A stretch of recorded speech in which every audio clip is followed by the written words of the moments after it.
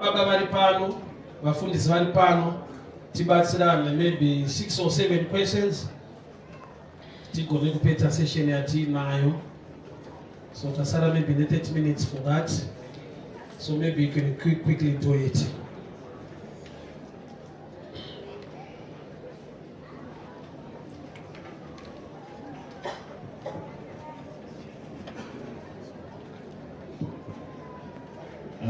Ndati mubvunzo ichifanonyorwa ini ndine imwe yandinenge ndakachengetera vanhu vangu inenge iri musoro mangu, ndati ndingofanira kubvunza kuti baba vanhu vari panapa hatisati tawana, saka toda kuziva kuti patinenge tichitsvaga paya tinozoziva sei kuti uyu ndiye chaiye. Uyezve tisati taziva kuti ndiye chaiye, unokwanisa kutsvaga kwakawanda here kuti unenge une kwakawanda kwaunenge uchitsvakawo kuti unyatsoziva. Vanhu vafara vafundisi vanogona kundibatsira kana kuti vafundisi vanogona kundibatsira. Ndingakuda riri mukategori yavakomana takuda vane experience. Ndopanonzi experience is the best teacher. Vakafamba nzendo yacho vane makore vari muwanano vanogona kutibatsira kuti zvinofambawo sei.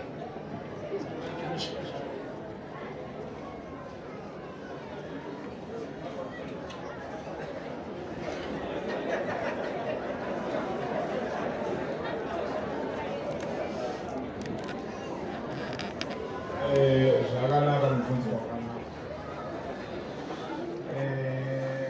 Ndofunga mukomana abvunza zvakanaka kuti ndinotsvaka kupi, ndinobuda kunze here, ndinotsvaka kana mukati. Zvino nyaya inoitika ndeyekuti Mwari tikanamata chokutanga haugone ukana ukanamata Mwari anogona kukunongedzera, asi kana akunongedzera usati waita zvese chokutanga bvunza vamwe naMwari kuti ndiye here munhu iyeye wauyu wandasangana naye. Mwari anokuudza kana kuti hungu kana kuti kwete. Kana ati kwete osiya wotora next door. Nokuti kana ukangowira chete usina kunamata pamusoro pana izvozvo, mangwana uchazochema naMwari wacho kuti nhai Mwari makandirega sei ndichipinda apa. Asi nenge isiri mhosva yaMwari, mhosva ndeyako nekuti hauna kubvunza Mwari wacho zvanga zvichataurwa panapa nokuparidzwa pano. Saka chokutanga tinobvunza Mwari. Unogona kusangana nemunhu wokunze.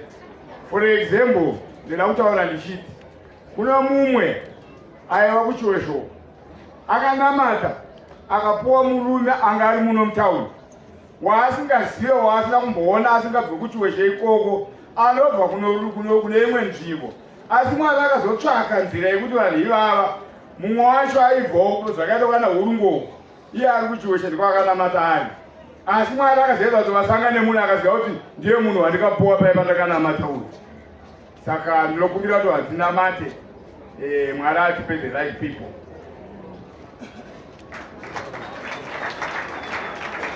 Tinotenda zvikuru.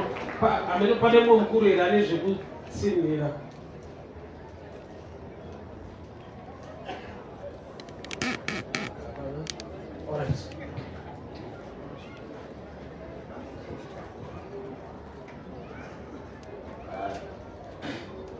Ndoda kuwedzera pane zvataurwa.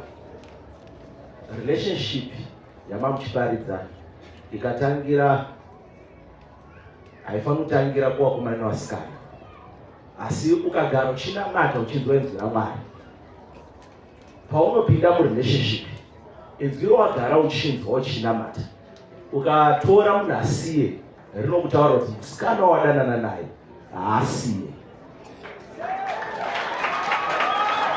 Saka inzwi hatifaniri kuzorinzwa because tava murelationship. Tinofanira kungogara tichinzwa inzwi raMwari. Saka ukagara uchinamata kana wadanana nemunhu asiye, Mwari anotokutaurira pamwoyo pako kuti munhu wadanana naye itsotsi, haasiye. Iwe woita zvako nharo kuti ndinomuda idhudhu rakanaka. Asi ukagara uchibvenzera Mwari, Mwari anokutaurira kana wapinda murong relationship. Thank you.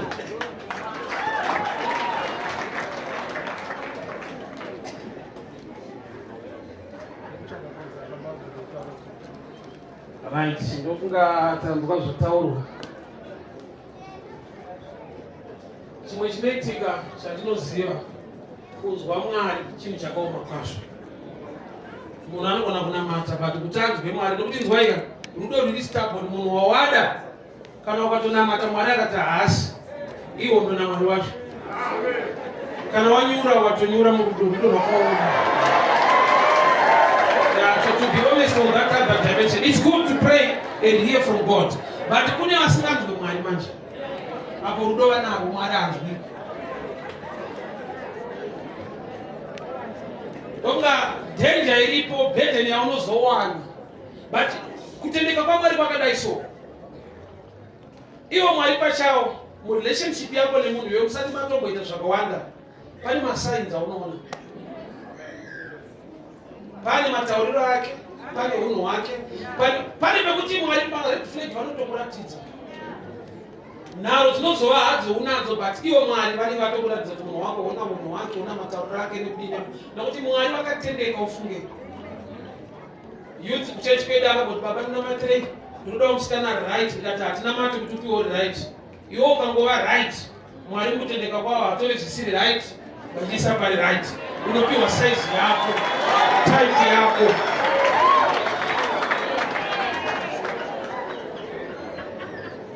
Saka ukasanzwawo Mwari, ene Mwari vanogona kutozvinzwa kuti hausi kuvanzwa, but vanokubatsira nemasides wenguva.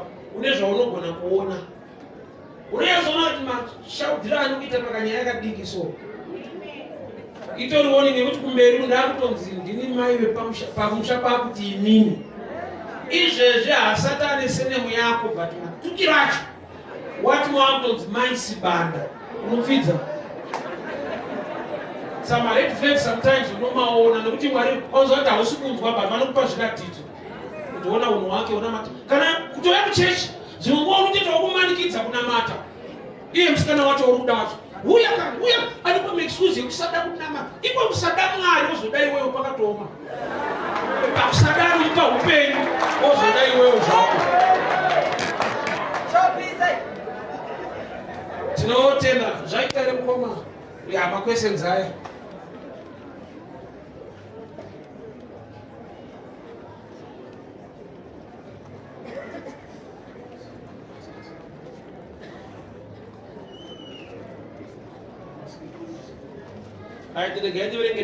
Is there any problem kuti mukomana arore musikana ane mwana wake?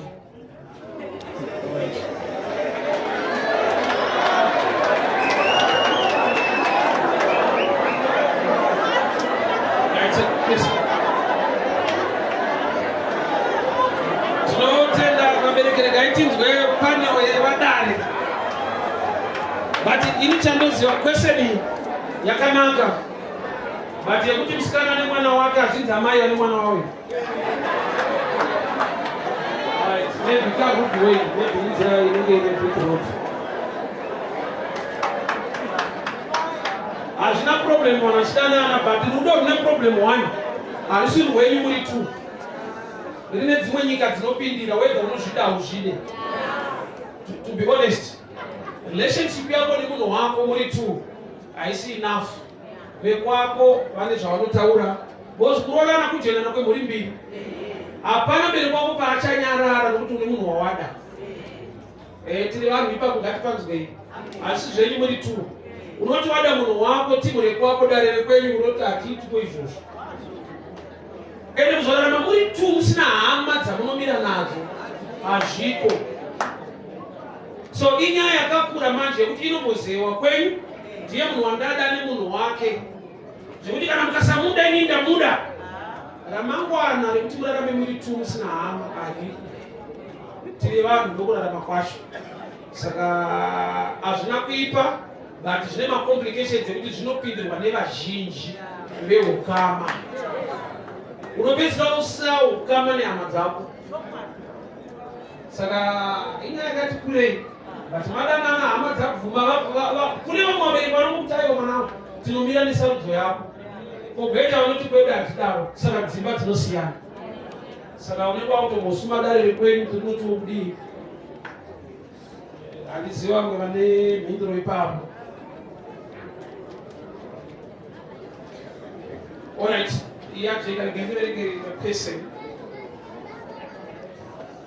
How do you find out or know your purpose or your gift in the house of God? Alright. Ungaziva sei purpose kana kuti chipo chako muimba yaMwari. Ndichakupawo experience side of my story. Ini handina kuprofitwa kunzi nomuvhangeri. I had a dream. Mwari une nzira dzakawanda dzekutaura nadzo. I had a dream. Muhope ndikatoudzwa, ndakanzwa izwi, ndikaita zvawaiteni zvinhu. Ndakanzwa izwi. Ndakanzwa zveshuwa. Ndichitonzi enda unoparidza. Apo uparidza kwacho hakuna kwawati waparidza. Enda kustreet, enda paroad, enda parengi, unoparidza. Unotanga kuzvibvunza, kuzvitongesa. Handina kwandakaparidza. Hakuna vanhu vakambozviona kuti ndine chipo. But Mwari pavakaisa izwi iroro, vakandipa conviction kuzvinzwisisa, kuzvigamuchira, kungozvinzwa kuti ndizvo. Mwari vakaisa chinhu mauri, vakaziva kuti uri kuzvidhauta, uri kuzviramba. Vanoramba vanokuisa palevel unozvinzwa kuti aiwa hakusi kufunga kwangu, ndiye Mwari. First day ndakamira parengi ndichiparidza, ndakaparidza zvekuti ndakadzokera kumba ndichizvibvunza kuti ndineri nandichitaura izvi. Ndazvitora kutiko zvese izvi. That was a sign. Because Mwari vane chavaisa mauri. And the area in the calling yako, you don't struggle to do things. Kana iri area wakadanirwa, chinhu chacho chinoita nyore kuzviita. Kana kuri kuimba, une nzara nekuimba kwacho, unotogara uchiimba, chese chichi mune purpose necalling yako, mune nzara neshungu yekuda kuzviita nguva dzese. Saka the drive inogona kubva within, kana kuti unogona kuprofitwa a word of prophecy, kana kuti a dream, kana a voice in a dream. Nzira dzacho dzakati wandei, but chinhu ichocho kuti uchizive kuti ndicho unonzwa mauri usazorora ukasachiita. In the time yekuti ndikasaenda kuroti unoparidza ndotonzwa zuva ranhasi pane chashota. Kutobatikana chaikuti ndozvudza nega kuti oh handa kuzoenda kustreet. Why? Because Mwari akachidyara, I'm wired to do it. And ndinonzwa joy ndikazviita. Vamwe vachinondinyarira so. Tsamba road boy ndo mushe manje. Why? Because kana une chimwe chipo maurika usadarise kuti vanhu vese vachakusapota. Handine chipo but hadi kumira neni, kana une chipo itomira. Vanhu vane tsika yekusapota munhu haakuita kuita ane pfungwa yekuda kuzoita. Vanhu havasapote vision yako, vanosapota kana waestablished.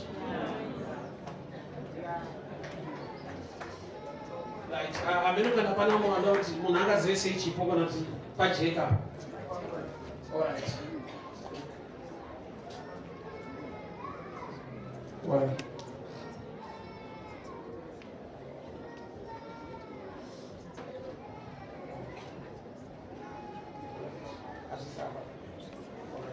Ndikanditaurira ndaudzwa ndozoverenga izvi.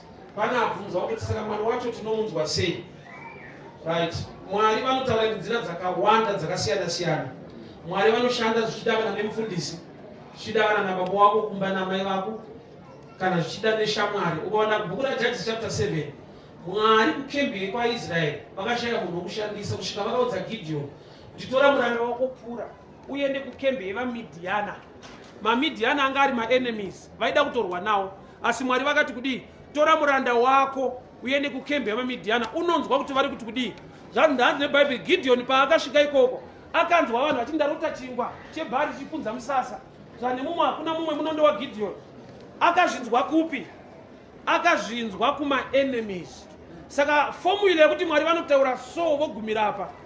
Rega nditaure ndichiti tine nzira dzatinoziva nedzatisati taakuziva, nokuti Mwari uyu une zvitsva misi nenguva.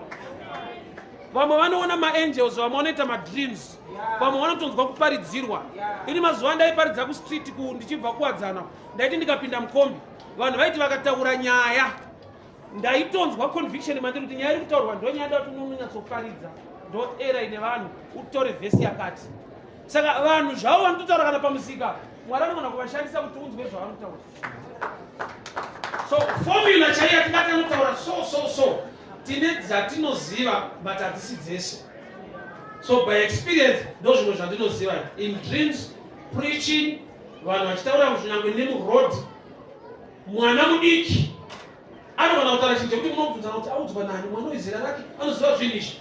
Kune imwe meseji inotaura mwana yekuti munovhunduka kuti uyu. Pane mazuva atainetsana kumba mwana wangu mudiki akanditi daddy, you don't like mom. Sana kuzora love yangu na mai vake zera irori. But pakuchidhaisa unotozinzwa kuti no. Mwari unotaura even nevana vadiki. Saka hatigoni kulimita Mwari kuti anotaura so. But iwe manje iyo kunaka kwavo Mwari vanoziva level yavanogona kunyatsotaura newo kanzwa. Anenge mwana kana kachida sadza anoti tata. Spelling haina basa. Anotoda sadza iroro. But kanodyira kutata iko. Zvotiona uchida kukapa ukati osadza unoti otata.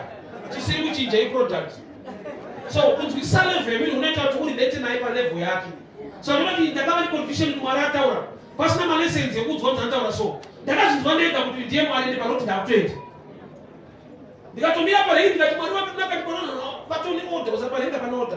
Bali musona kamira ndichiparidza vanhu. Mawindi akaudza kuti nyara aifundisa paridza. Ndega ndinoziva kuti aneni zvishuwa Mwari. You always give you a sign kuti ndiyari kutaura muupenyu hwako. Regai ndiverenge kaburai panapa.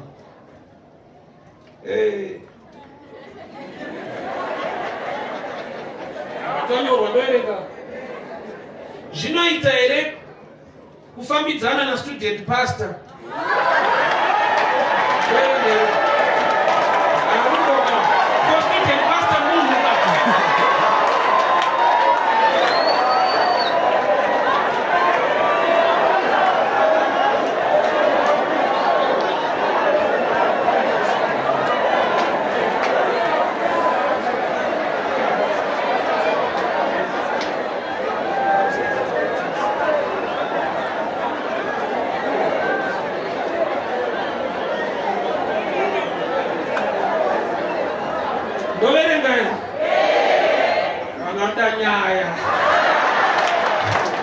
Zvinoita here kufambidzana na student pastor asina kuwana ari mwana wesangano pamwe ane age difference ye7 years. Pamakore haana problem. Pamene dzimwe nyaya age difference ye7 years haina problem zvayo. Student pastor munhu ende pamwe ndomukana wako kuita mai mufundisi yanga yakaipera.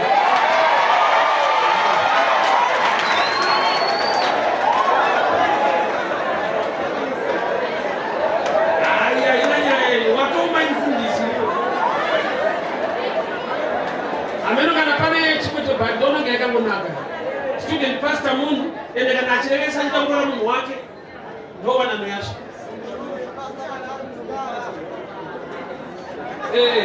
Izvozvo rudo sometimes harina basa kuti ane degree uyu ndiengineer uyu ndiani. Chikuru kuva nemba yenyu ine ropafadzo yaMwari.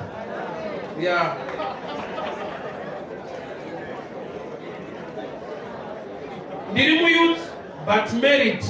How do I handle pain yekuti my husband ane mwana kunze? My heart is bleeding. Zviriko haana kuti your heart moyo wake. But regaitauro chinhu ichi, kana vanhu mawanana mabudirana pachena, pain handizoti inobva kupi? Because wazvitambira wakuvhuma kuti mumwe wangu ane mwana wake, wazvida wazvitambira. Because kana usingatombozvikwanisa usingazvide une mukana wogara wasiya relationship yacho. Kwete kuti wazvida wazvitambira waamo woti zvinorwadza. You are being unfair kune mumwe wako. Unless iri nyaya yekuti wazodiscover iye anga achikuvanzira. Moyo unogona kurwadza but isingachinje manje. Imba yenyu yanga kuti muchibatsirwa kuti muchisiyana. Amene kana kuti believe mu divorce hysteria but to help you unozoenda kuno kuti ane vana kwete mwana. Why? Because dzimwe protector paaita achikuvanzira. Pamanga aona kuti usati wachikurei pakuchiyairira chimichi. Because kune ma-issues anogona kugadzikana, anogona kugamuchira with age, with maturity and understanding. Indakakura mumba medu ndichizviti ndiri first born. Ndakatozvidisika kumai manje. Kuti handisi. Ndina mukoma. But handina problem nazvo now because ndakura ndakuunderstand life. But ndakakura takatanga kuzvidzwa tiri vapfana taigona kuengana unetsana. Saka kune chimwe chinhu chaunogona kuzoudzwa with maturity, experience and understanding chaunoti haiwa muupenyu zviriko. Nokuti zvinhu izvo zvauri kujaja zvikaenda kusadi kwekuti ihadzadzi yako yasangana situation iyoyo, unogona kuti haiwa bvudzi zviriko but wokurapa kwako. Kana aikuvanzira mwoyo unotirwadzei but nyaya dzinotaurirwana zvinogadzirika. Because haangaurayi mwana wake kana kurapa mwana wake. Vana vanoda kuchengetwa, zvine rokafadzwa naMwari. Zvaunoda kuti Mwari vakubatsire, uregere kurwadziwa nazvo, uzvitambire, Mwari vakuwanirei nyasha. Hakuna Mwari chaanotadza kana kugadzira. Kuti nyaya iyo uibudire mumba handinenge iri weti. Ndachada musha wangu, mwana wangu kurwadza ari mwana wake. Handizive. Regai ndiverenge chimwe. Kana uchinota zvinhu zvichizoitika asi wokanganwa wozorememba kumberi, calling yako inenge iri yedream here.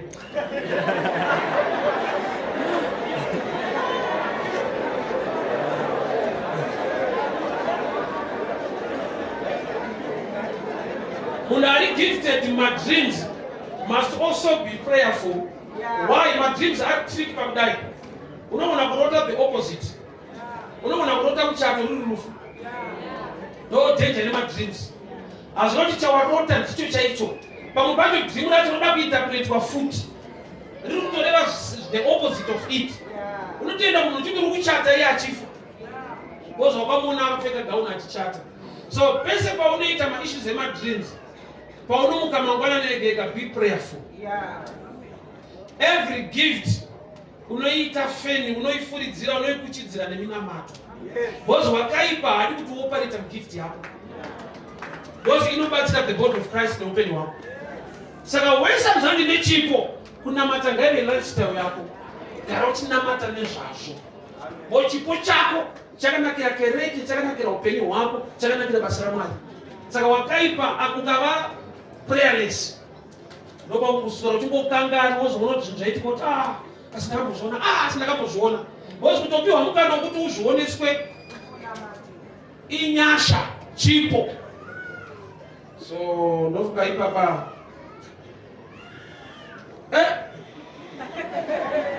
Ngaendevereni. Jesu paakabva panyika akabva ane mwana here. Sinotadza kuerenga.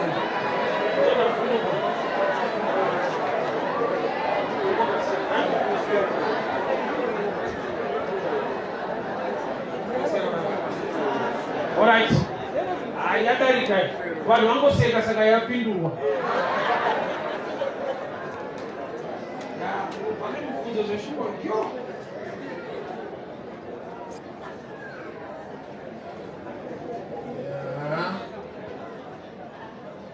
Ya ndofunga mapepa ari panapa.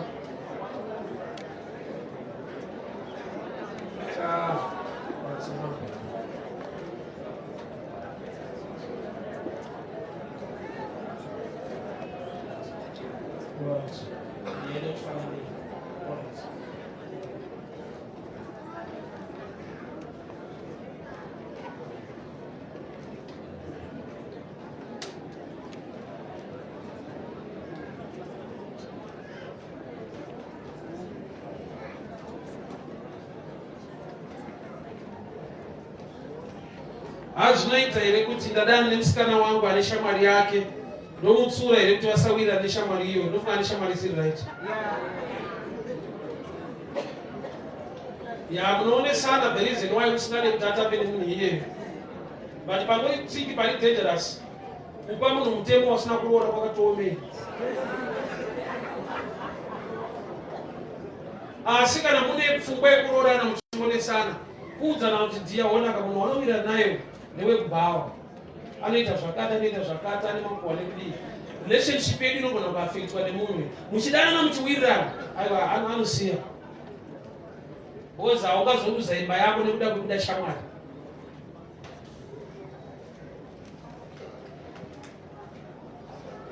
Kana Mwari vakataura newe that you are anointed for your ministry yekuva pastor, wobva vanyarara, what do you do?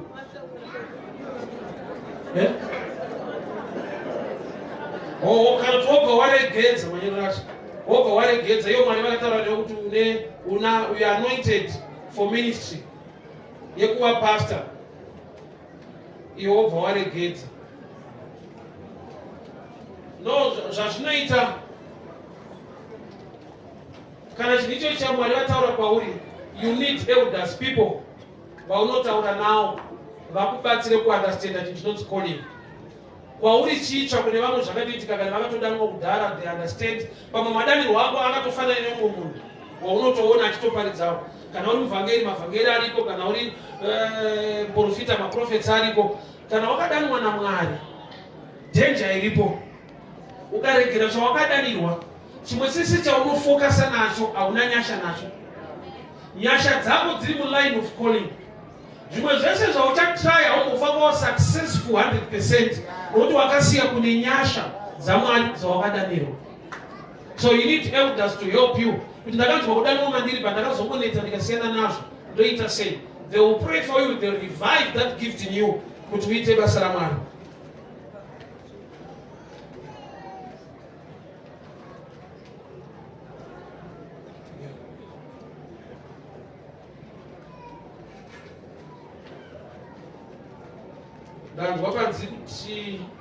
Ndanzwa panzi tinonzwa kutaura kwaMwari, anotaura sei tagoibata. Ko Bible rinoti who finds a wife finds a good thing. Ndofunga iri malines ezvinhu zvatamboverenga kumashuro. Tinatoerenga kuti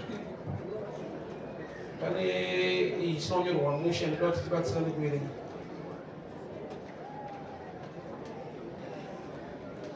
Mamwe andinawo anava kufanana, akutaura nyaya kuti kudana nemunhu but ane mwana wake. Saka tifanane Kasara neAka. Zvinoita here kufimba musikana but vakazotichira.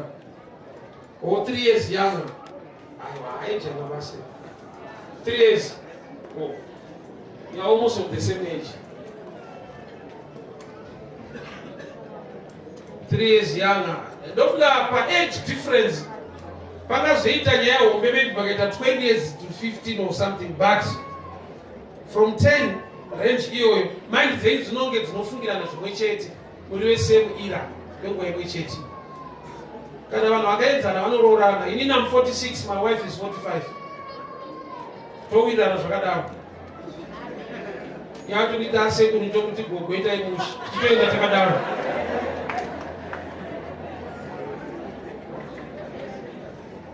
Ende zvinogona kubatsira kuti munoonesana zvinhu zveupenyu from the level imwe chete ira yamakakura, mamiriro ezvinhu nekudii nekudii. You can help each other easily. Ndofunga mapepa atinawo apa tapedza nawo, sandogona alright, regai ndinamate. Baba, takutendai nekuda kwewisdom, nekuda kweuchenjeri, nekuda kwemashoko, uye nekudzidza, uye nekuonesana nehama neshamwari. Youth ndiyoyi, zvavachema zvavanoshumira Mwari, vane mwoyo inorwadza marelationships. Ndiri kutaurira nyasha, dzororedzo, restoration, favor, kusimbiswa nekugoneswa muzita raJesu. Amen. Thank you so much, church.